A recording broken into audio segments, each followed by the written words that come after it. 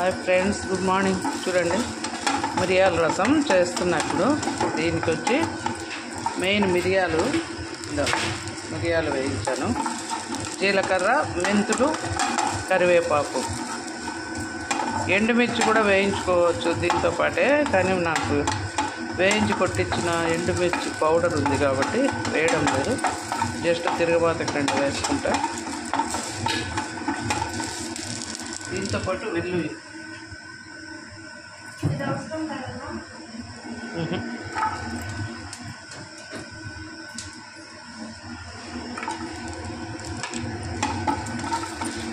ఇవన్నీ dry roast చేసుకోవాలి friends.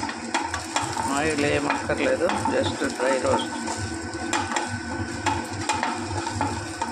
చేసి రోట్లో వేసి కచ్చా పచ్చాగా దంచుకున్నాం. చింతపండు పులుసు తీసి పెట్టుకొని ఇవన్నీ తిరుగుబాతు వేసిన తర్వాత చింతపండు రసం వేసి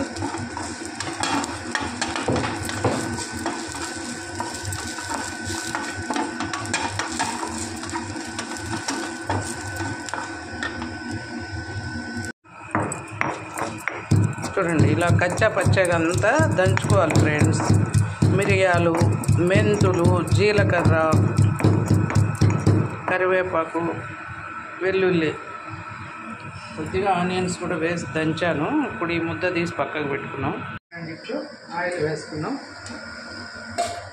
కొంచెం ఆయిల్ హీట్ ఎక్కగానే తిరువాతి గింజలన్నీ వేసేస్తాం.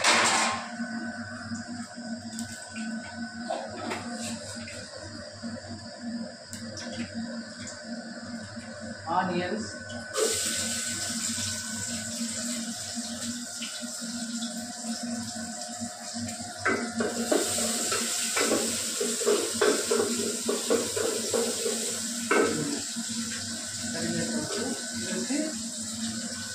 అన్నీ వేయించుకున్నాం కదా, మిరియాలు అన్నీ కూడా.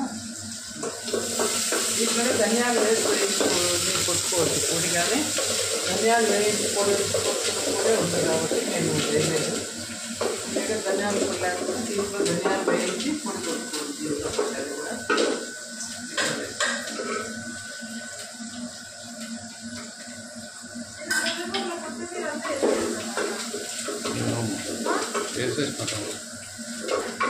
కొంచెమే ఉంది.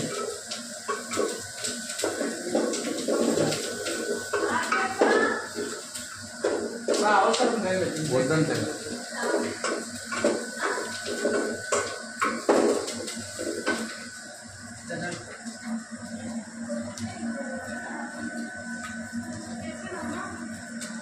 ఏ ముద్దులు.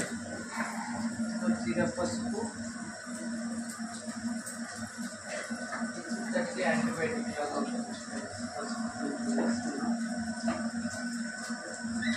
ఆల్రెడీ మిరియాలు ఘాటే కాబట్టి కారం కొద్దిగా మరి ఎక్కువ అవసరం లేదు.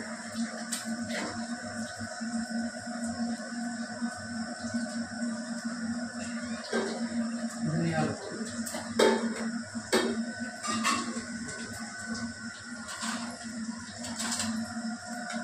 ఒక స్పూన్ చాలు, మరి ఎక్కువ అక్కర్లేదు.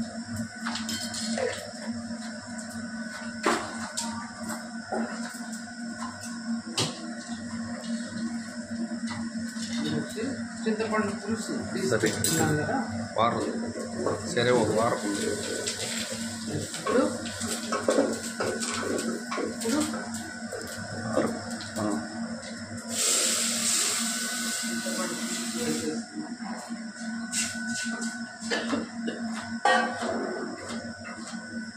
ఫైనల్గా సాల్ట్.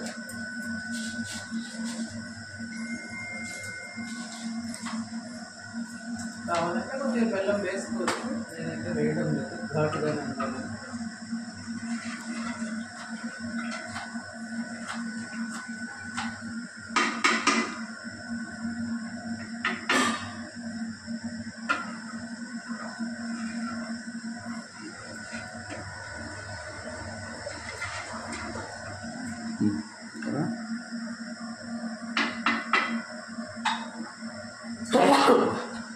అంతే ఫ్రెండ్స్, వేడి వేడి మిరియాల రసం రెడీ. ఇంక ఇది బాగా ఒక తెరిలిన తర్వాత కొత్తిమీర కూడా వేసుకోవచ్చు, ప్రస్తుతానికి నా దగ్గర లేదు కాబట్టి వేయలేదు.